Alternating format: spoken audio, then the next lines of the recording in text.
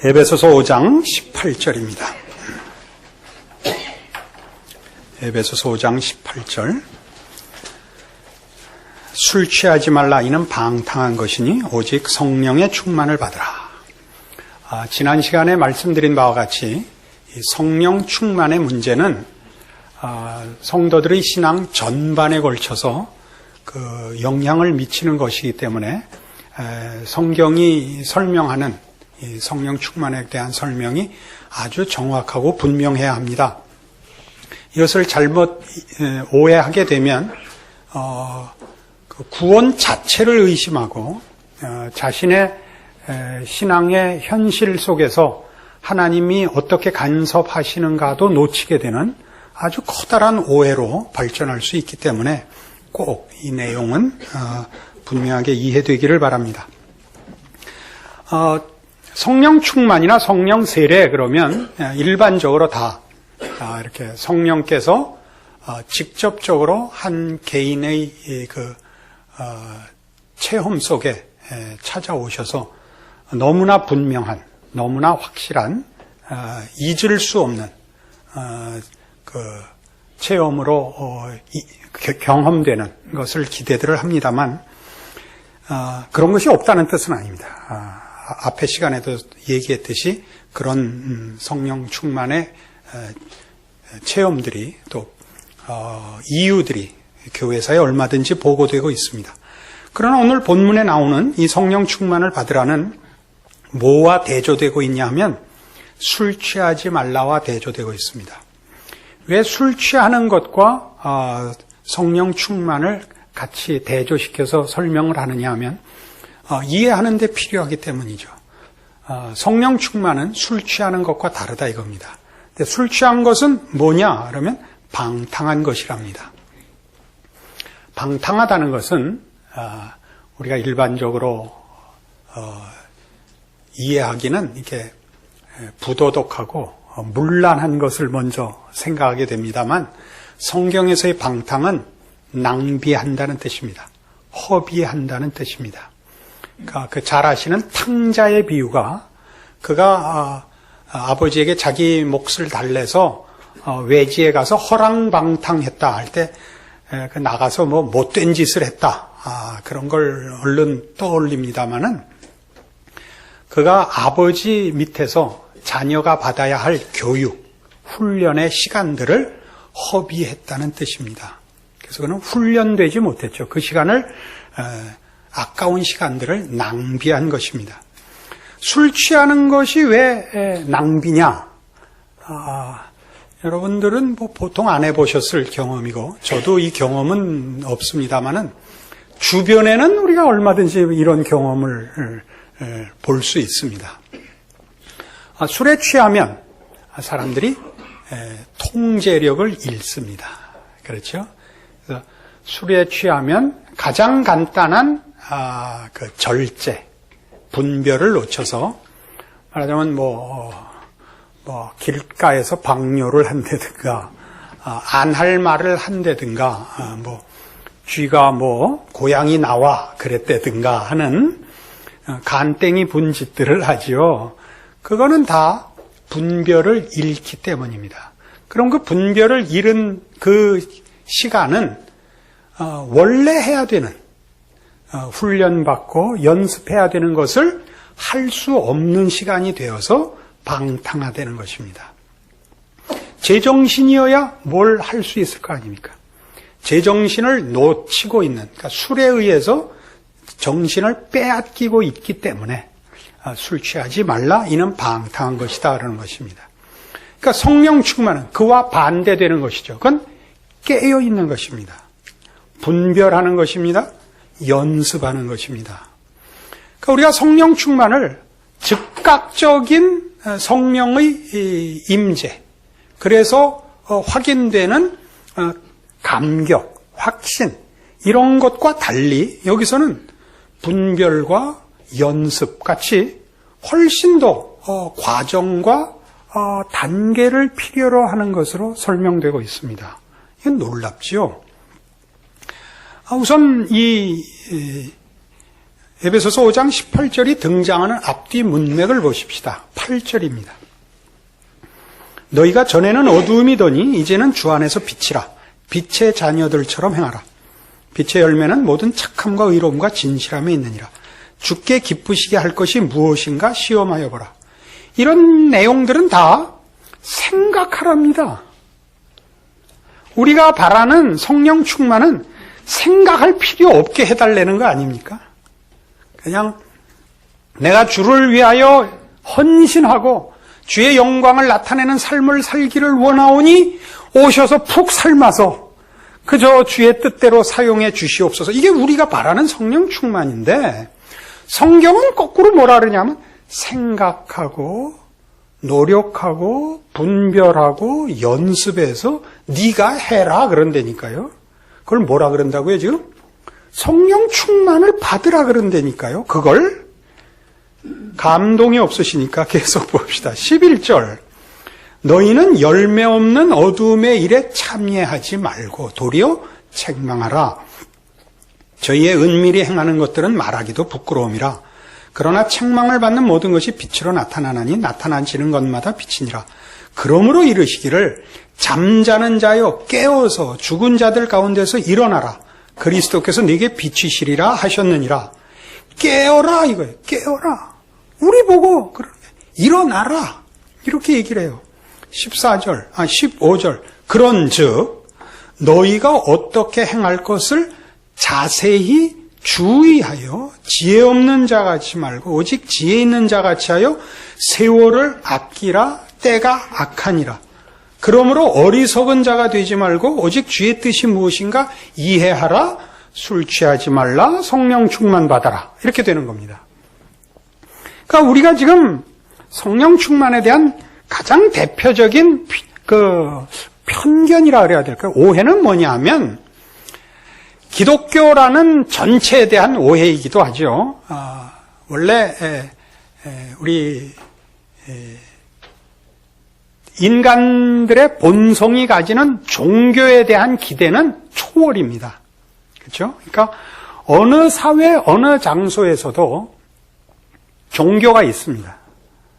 그러면 그 종교가 종교 노릇을 하려면 뭐가 있어야만 종교 대접을 받죠? 초월이 있어야 됩니다. 초월이라는 건 못 고칠 병을 고친다든가 예언을 한다든가 하는 일들이 있어야만 그 사회에서 종교로 인정을 받고 종교인이 대접을 받는 것입니다.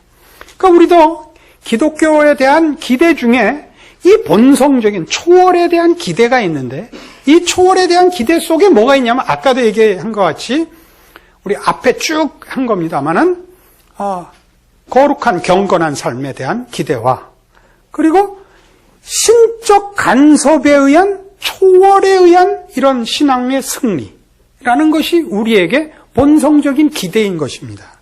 그런데 뜻밖에도 성경은 구원이 은혜로 말미암은 것이라고 얘기해 놓고 은혜로 구원을 받은 자들에게 너희가 받은 구원 안에 예수 그리스도로 말미암아 허락된 신자된 인생을 그리스도의 가르침을 따라 연습하고 노력해서 채워나가라. 그것이 성령 충만이다라고 요구하고 있단 말입니다.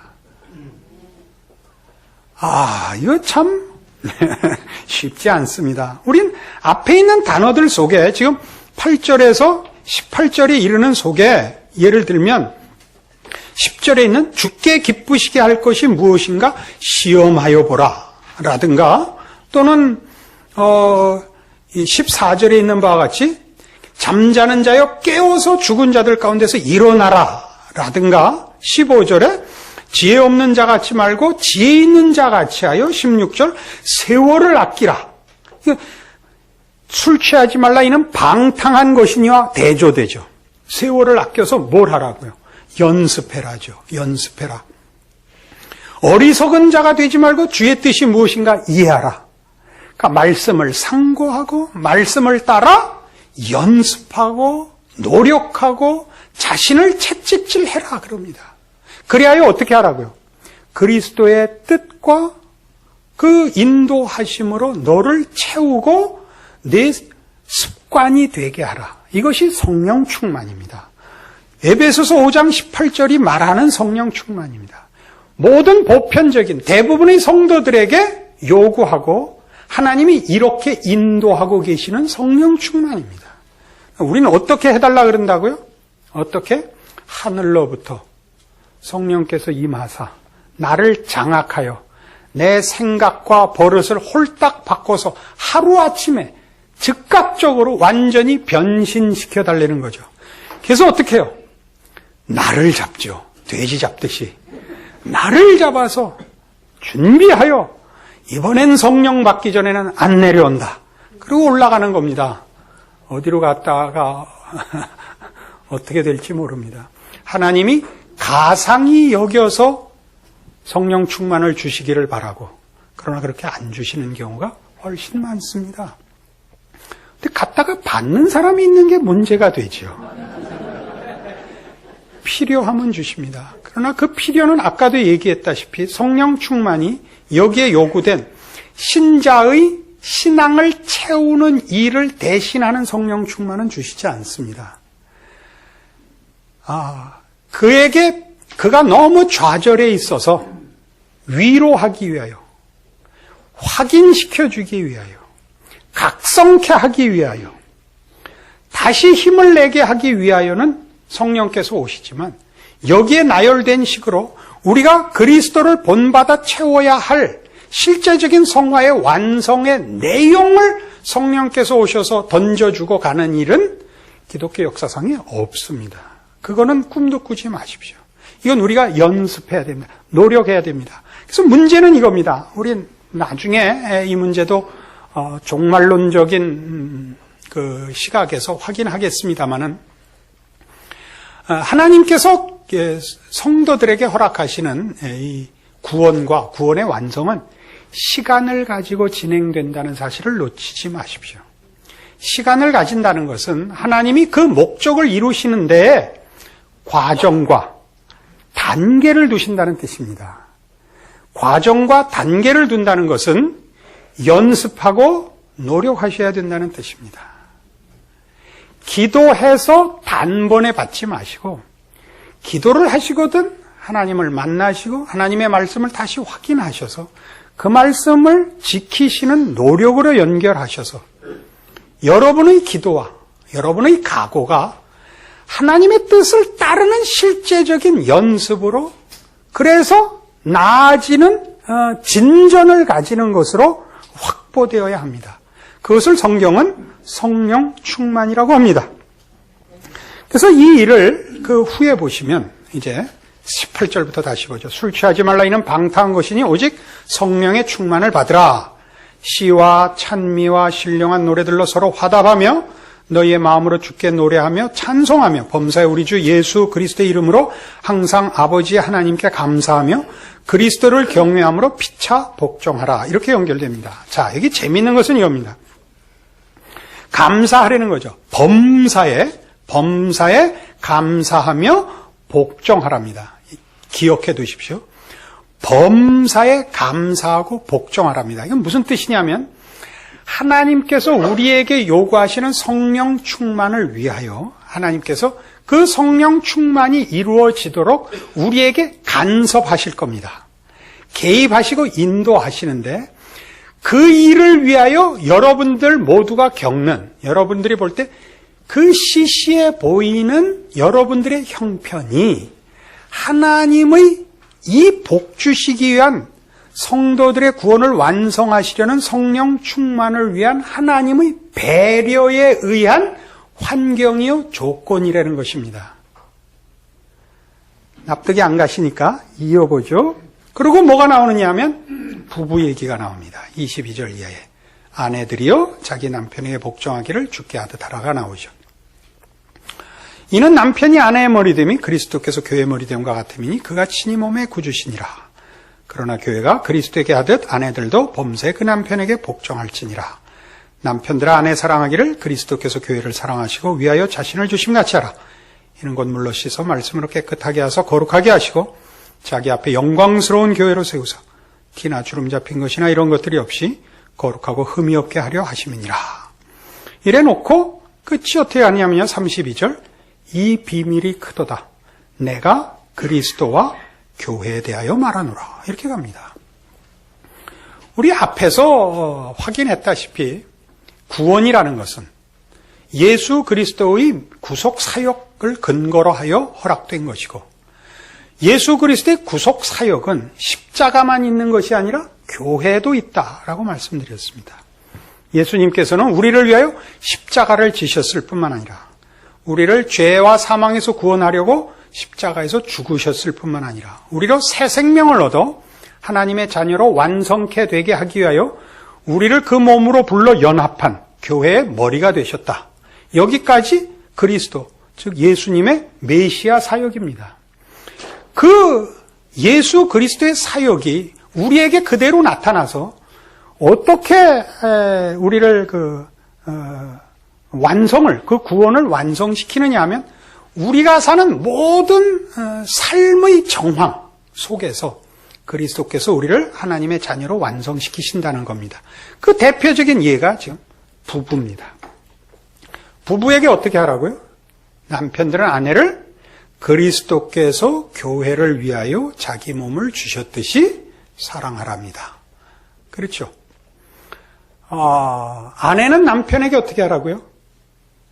교회가 그리스도에게 하듯 복종하랍니다. 표정들을 보니까 그렇게 안 하고 사시는 것 같구만요. 왜 그래야 된다고요? 부부는 뭐 같다고요? 그리스도와 교회 같다고요. 결혼식 주례를 하면 늘 이 본문으로 제가 주례를 합니다만 이 내용은 참 재미있습니다. 우리는 처음 결혼을 할 때 다 사랑해서 합니다. 사랑하고 행복을 기대하고 합니다. 진심과 열심을 가지고 사랑합니다. 그리고 각각 가정마다 다르겠습니다만 결혼하고 얼마 안 돼서 당황하기 시작합니다. 내가 정말 이 사람을 사랑했었던 게 맞나? 와 하나님이 정말 이 사람을 주신 것이 맞나?에 한 번씩 걸리고 그리고 계속 걸립니다. 거긴 커다란 사실은 오해가 있습니다. 우리는 사랑이 진심과 열정만 있으면 된다고 처음에 알고 기대를 하고 그리고 사랑만 있으면 행복하다고 생각을 했습니다. 살아보니까 행복하지가 않습니다, 우선. 그리고 그 탓은 사랑이 식었기 때문이라고 생각을 하고 사랑이 식은 이유는 그때 오판했기 때문이라고 생각을 하는 겁니다. 서세원 씨 하는 그 코미디에 한번 그런 게 나왔었습니다. 시골 할아버지 할머니들 모셔다가 이제 게임 시키면 시골 할아버지 할머니들 틀리니까 그거 보고 재밌어하는 프로에 이제 내용을 영감님이 설명하고 할머님이 이제 그 답을 맞추는 거였는데 내용이 천생연분이었죠. 여보, 당신하고 나 사이. 할머님이 한치의 주저함이나 망설임도 없이 왼수 이렇게 했지. 할아버님 당황하셔가지고 아니야 여보 내자야. 그러죠. 또 즉각적으로 평생 왼수 그러죠. 많은 부부가 이 경험을 하고 있습니다. 어떤 프로엔 또 이런 거 나온 거 본 적이 있습니다. 부부들이 이제 어려움을 겪는 일을 도와주러 나온 말하자면 전문가인 교수가 결국 이제 사회자가 나중에 결국 부부란 뭡니까? 그러자 이렇게 정의를 내리더라고요. 전생의 왼수가 업으로 만나는 것. 이렇게 했습니다. 현실적으로 다 이 표현이 맞습니다. 그 진단과 그 의미는 기독교 신앙이 아니건 풀지 못합니다. 우리가 왜 이런 현실을 맞이하냐면 우리는 사랑에 실력이 없기 때문입니다. 사랑은 결단코 진심과 열정으로만 이루어지지 않습니다. 우리가 그 고린도전서 13장에서 보는 사랑에 대한 성경의 정의만 해도 맨 처음 사랑은 오래 참고입니다. 오래 참고는 우리말 표현은 굉장히 그래도 좀 약합니다. 그 영어는 이렇게 했습니다. Love is long suffering입니다. suffering이 뭔지 가서 다 단어를 찾아보시죠. 사랑은 죽을 맛이다. 그런 뜻입니다. long suffering입니다. 예수님 십자가에 달리신 고통 같은 것을 말하는 것입니다. 누구 때문에 그렇죠? 상대방 때문에 그렇지 않습니다. 우리는 사랑하는 상대방 하나를 감당할 실력이 없습니다. 우리는 이해력도 턱없이 부족하고 우리는 관용과 아량도 모자라며 그럴 만한 덕성과 깊은 마음을 가지지 못합니다. 그래서 부부로 살면서 비로소 뭘 확인하느냐 하면 내가 실력이 없다는 걸 확인하는 것입니다. 내가 더 많은 것을 구비해야 된다는 걸 아는 것이죠. 사랑하는 사람 하나도 감수 못하는데 무슨 내가 할 말이 있으랴. 이렇게 가는 게 성경적인 것이요. 신앙 훈련인 것입니다. 그래서 나이가 들면 달라지죠. 입 바른 소리 못합니다. 남의 가정에 대해서는 말 안 하는 겁니다. 저 부부는 왜 저렇게 사나? 그 얘기 안 하는 겁니다. 왜 옷을 저렇게 입나? 왜 늘 만나면 돌아앉나? 이유가 무궁무진하게 많습니다. 무슨 이런 답을 하시면 안 됩니다. 모든 것을 솔직히 고백하고 손잡고 기도하면 된다. 그건 미친놈들 발언입니다. 저는 부부 상담 내지는 가정 상담에서 이렇게 간단한 답을 내놓는 데는 아주 벨이 꼬이는 사람입니다. 개뿔도 모르면서 이거 다 방송되는 건데 이러면 안 되는데. 그렇게 간단하지 않습니다. 사람이 죄성을 극복하여 그리스도를 닮아가는 과정은 너무나 어렵습니다. 1000번 연습해야 하나 됩니다. 이 단련이라는 말이 있죠. 단련이라는 말은 제가 알기는 단은 10,000번의 연습이고 련은 1000번의 연습인가 그렇습니다. 그러니까 10,000,000번의 연습을 하는 것을 말합니다. 단련이라는 게 그런 겁니다. 뭐든지 그렇죠. 여러분 우리 외국어 할 때 그러지 않았습니까? 영어를 잘하는 방법은 왕도가 없습니다. 어떻게 해야 됩니까? 외우는 수밖에 없습니다. 외우는 수밖에. 우리는 다 본성이 죄인이기 때문에 건들면 모국어가 먼저 나오는 자입니다. 그 유명할 것도 없죠. 제가 본 영화인데 유명하자 그럴 필요는 없죠. 대탈출인가 그런 2차 대전에 영국군 병사들이 나치 수용소에 갇혀 있다가 이제 아주 탈주 계획을 잘 세워서 동시에 한 절반쯤이 도망을 가는 겁니다. 그 포로 수용소에서. 양복까지 다 해입고 그 증명서까지 다 만들어서 탈주를 해갖고 이제 시내 곳곳에 다 이제 도망간 겁니다. 잡을 방법이 없죠. 너무 완벽해서.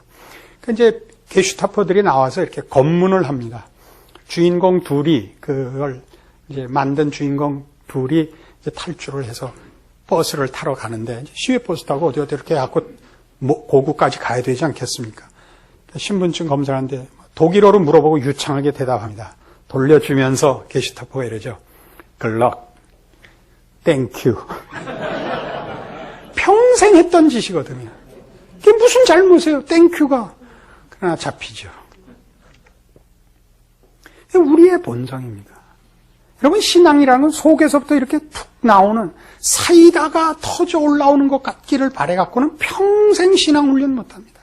신앙이란 건 뭐냐면 1차적으로 올라오는 본성을 누르고 영작해서, 그죠? 우리가 어떻게 영어를 물어보는 대로 영어로 그냥 영작해서 말씀으로 바꿔서 답을 해야 됩니다.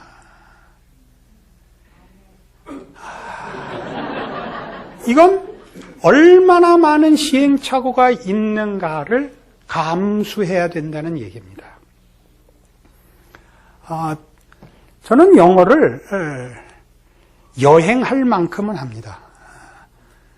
제가 하고 싶은 얘기를 다 하는 실력은 없습니다. 근데 우리 미국에 이렇게 여행을 가면 우리가 제일 못하는 게 뭐냐면 excuse me 이 말을 못하고 상대방이 excuse me 그러면 sure 그래야 됩니다. 그냥 우리는 비키죠. 여러분 간단한 게 안 됩니다. Thank you 그러면 You are welcome 이걸 해야 됩니다. 그 나머지는 다 필요 없습니다. 근데 그 excuse me에 sure 하는 게 안 돼서 한 해는 제가 이번엔 내가 이 일을 당하면 sure를 하리라 라고 이제 갔는데 그 미국 가서 그 비행기를 탔는데 짐을 선반에 올리는데 옆에 양놈이 놈이라 그래서 죄송합니다. 그냥 친근하다는 표현입니다. 짐을 저한테 떨고 갖고 내 머리에 떨어져요. 너무 I'm sorry, sure. 앙심 먹고 갔는데 우린 그렇게 하지요. 신앙생활 잘한다고 어떻게 하냐면 우리 열심히 사랑합시다, 기도합시다. 이제 그 말 연습하고 가죠. 그래갖고 아니 김 집사 왜 얼굴이 그래? 우리 애가 가출했어요. 기도 안 해서 그래. 기껏 준비한 거야. 응? 기껏. 아니 애가 어떻게 생겨 먹어서 그래? 이 말 안 하고 준비한 말 한다는 게 기도 안 해서 그래. 이렇게 된 거예요. 원래는 얼마나 속상하겠어. 기도할게. 이렇게 가야 되는데 영작하기 바빴거든요. 기도 안 해서 그래. 아이고 이거 아니었네. 배려버렸죠 이미. 멋이라고라. 그 다음에 얼굴 안 보는 거죠. 우리 모두가 이게 외국어인 걸 인정하셔야 됩니다. 어떻게 해야 된다고요? 외우고 또 외워야 됩니다. 연습하고 연습해야 됩니다. 여러분은 그것을 이중인격이라든가 위선이라고 생각하시면 안 됩니다. 여러분 속도 그렇고 겉도 그래야 된다고 생각하시면 안 됩니다. 연습을 하시면 속이 바뀝니다. 이게 성령 충만입니다. 부부가 결국 나이 들어가면 어떻게 된다고 생각하십니까? 부부가 나이를 먹으면 넘어가기 시작하죠. 그걸 부정적으로 생각하지 마십시오. 체념한다고 생각하지 마십시오. 젊었을 땐 따져서 싸우는 겁니다. 선은 이렇고 후는 이런데 당신이 이렇게 하고 이렇게 해서 이렇게 됐으니까 여기서부터 당신이 잘못했으니까 손목 잘라. 이게 젊었을 때 싸움입니다. 나이가 들면 넘어가지요. 유명한 우리의 그 휴대폰 사건이 있지 않습니까? 집사님 한 분에게 문자가 날라왔습니다. 보니까 약자예요. 앞조. 무슨 뜻입니까?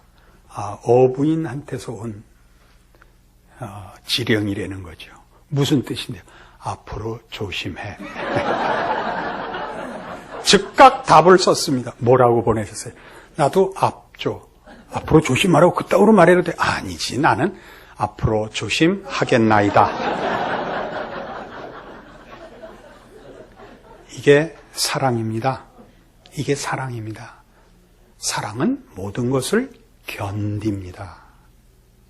사랑은 자존심을 세우지 않습니다. 우리는 부부 속에서 이 일을 훈련받습니다. 똑같은 의미로 뭐가 나오냐면 그 다음에 부모와 자녀가 나옵니다. 여러분 다 부모도 해보시고 자녀도 해보셨죠. 이건 누구나 해보시죠. 여러분 부모가 돼서 느끼는 가장 괴로움은 뭡니까? 자녀가 부모 말을 안 듣는다는 거죠. 대책이 없다는 사실입니다. 사랑하는데 대책이 없습니다. 힘을 가지고 있으나 영향을 미칠 수가 없습니다. 용서하십시오. 세상에 이것같이 환장할 일은 없습니다. 우리는 우리가 가진 것이 아무런 힘이 없다는 걸 발견합니다. 애만 낳았지 대책이 없습니다. 우리는 자식 하나를 기르는데도 얼마나 많이 주의 은혜를 구해야 하는가를 배웁니다. 그러면서도 나와서 사람들을 만나면 한마디 말을 갖고 상대방을 고치려고 합니다. 몰라서 못한다고 생각을 하고 이 말을 안 해줘서 못한다고 생각해서 다 이 말 못하는구나 내가 할게 그래갖고 총대를 맵니다. 그렇지 않습니다. 사람은 아무도 부모 말을 듣고 크지 않습니다. 하나님께서 은혜를 베푸셔야 합니다. 동일하게 자식이 그렇습니다. 자식은 부모가 자기를 사랑하는 줄 압니다. 그래서 꾸중하는 줄 압니다. 그래서 자식들은 이런 떼를 쓸 수 있습니다. 사랑을 담보로 해서 이런 땡깡을 부리죠. 나 밥 안 먹어. 야, 세상에 이런 말도 안 되는 공갈이 있습니까? 밥 안 먹으면 지가 손해인데 그 공갈이 통하지 않습니까? 부모가 제일 겁내는 거죠. 밥 안 먹는 데는 당할 다른 뭐 대책이 없습니다. 더 무서운 공갈 있죠. 나 집 나갈 거야. 지가 집을 나가면 그럼 완전 꽝이에요. 잘 때가 있어요. 먹을 때가 있어요. 나가면 늑대들이 기다리고 있는데 나간대요. 왜요? 부모가 사랑하는 줄 알거든요. 그런데도 부모 말을 듣기 싫어요. 사랑하는 줄 알아요. 그 말이 맞는 줄 아는데 듣기 싫어요. 여러분 자녀 얘기 아니고 여러분 얘기예요. 여러분이 여러분 부모 말 안 들었어요. 우리가 자식을 기르면서 우리가 부모 밑에서 크면서 우리가 확인했던 거라고요. 우리는 다 죄인이구나. 우리는 용서받지 못할 종자들이구나. 그거 배웠어요. 세상에 나가 사회활동을 해보세요. 어느 곳에 가나 내 상전이 있고 내 아랫사람이 있습니다. 여러분 윗사람 마음에 들어본 적 있으세요? 저 병신, 일을 왜 저따위로 시켜? 우리 모두가 내뱉는 소리입니다. 우리 군대 가서 봤잖아요. 마음에 드는 상관 보셨어요? 아, 저게 그냥 장교라고. 저 아무 데서나 그냥 곤조만 부리고. 이게 우리 불평이고. 여러분 아랫사람 마음에 들어본 적 그럼 있으세요? 말귀한 알아들었는 사람 없어요? 하도 아침에 안 나오길래 집으로 전화를 했어요. 이게 왜 아직도 출근을 안 하나? 전화를 그 시간에 집에서 받고 있다. 야, 너 왜 집에서 전화 받냐? 뭐라는지 아세요? 목사님이 집으로 전화하셨잖아요. 이게 말이 되는 거예요? 이게 다 무슨 얘기죠? 우리 마음에 드는 사람은 없어요. 그거는 상대방의 잘못이기도 하고 내 잘못이기도 해요. 왜요? 우리도 누구의 윗사람이고 또 누구의 아랫사람이며 우리를 향한 평 속에 저 사람 괜찮다는 말을 우리도 들을 조건과 자격이 없는 사람이에요. 이 모든 게 뭐죠? 이게 우리의 일상입니다. 사람이 살면서 이 세 가지 경우에서 벗어나는 사람은 없습니다. 결혼을 안 한 사람은 혹가다 있겠죠. 그래서 자식과 부모가 없을 수도 있겠죠. 누구나 아래 위는 있고 사회생활을 하는 법이니까 아랫사람 윗사람 동료가 있는 법이요. 그리고 대부분의 사람은 부부로 살며 부모와 자식으로 삽니다. 그 속에서 뭐 배우라고요? 지금 얘기한 이거 배우라고요. 거기서 뭐 가르친다고요? 내가 실력이 없다. 내가 실력이 없다. 십자가로 밖에는 우리는 구원을 받을 수가 없다. 은혜와 하나님의 자비하심 외에는 우리를 고칠 방법이 없다. 나부터 고치자. 내가 넘어가야 된다. 내가 하늘에 썩는 미랄이 되어야 된다. 내가 나를 부인하고 십자가를 져야 된다.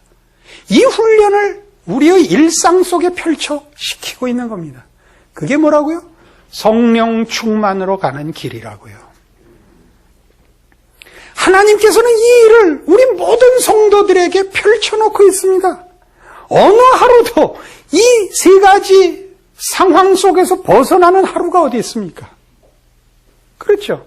하나님은 하나님의 신실하심을 예수 그리스도를 보내실 때나 그를 십자가에 못 박으실 때나 그를 부활시키실 때나 그를 승천시키시고 우리의 머리로 주시고 그리고 우리의 모든 삶의 매 순간, 매 상황, 그러니까 삶의 전 상황, 정황 속에 이 일을 하고 계십니다. 우리에게 말씀하고 계시고, 가르치고 계시고, 보게 하시고, 겪게 하고 계십니다. 근데 우리는 뭐 하고 있죠? 성령께서 특별히 찾아오셔서 이런 모든 과정과 이런 모든 것 필요 없이 단번에 머리와 가슴에서 신령한 사이다가 튀게 해주십시오. 그러고 있는 거예요. 하나님이 이렇게 하시겠다는데 왜 지가 다르게 해달라고 우기는 거예요, 도대체? 왜 그러는 거예요?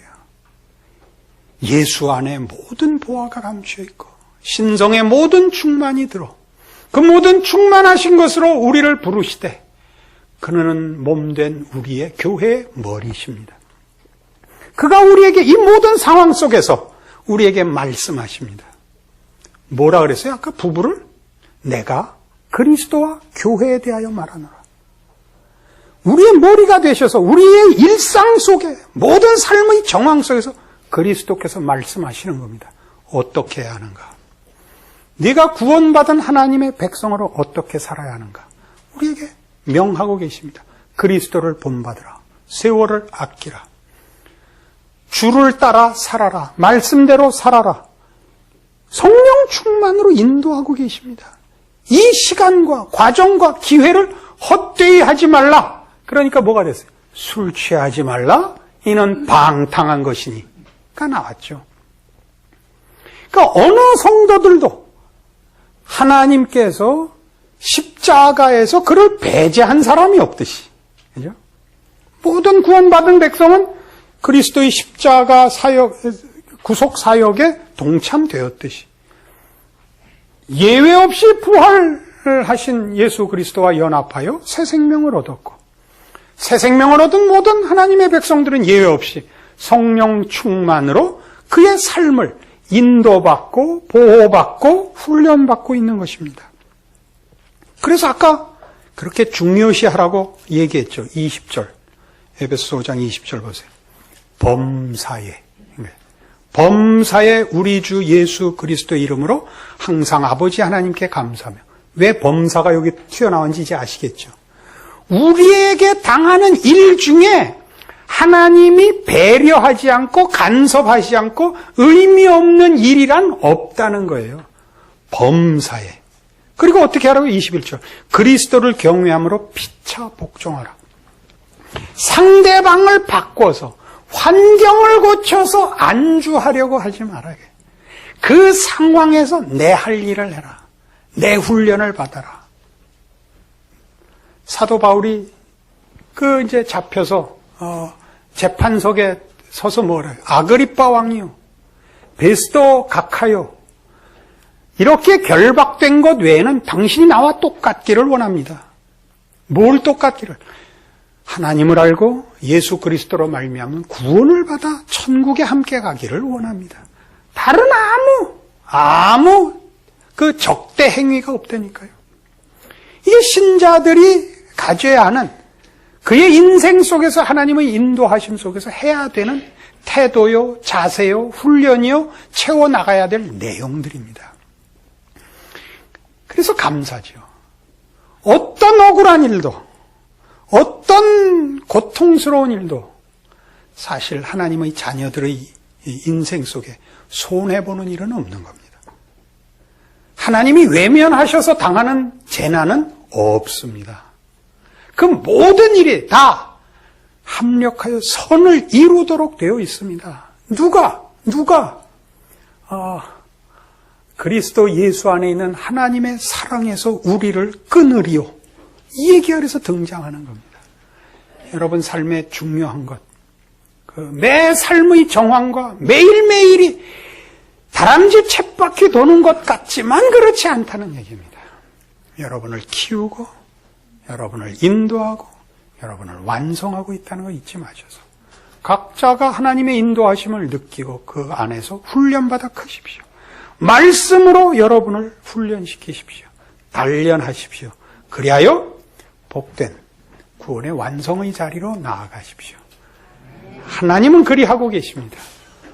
여러분이 이제 여러분의 신자된 특권이자 책임인 이 사실을 이해하시고 믿음으로 반응하시고 충성하셔야 하실 것입니다. 여기까지 하겠습니다.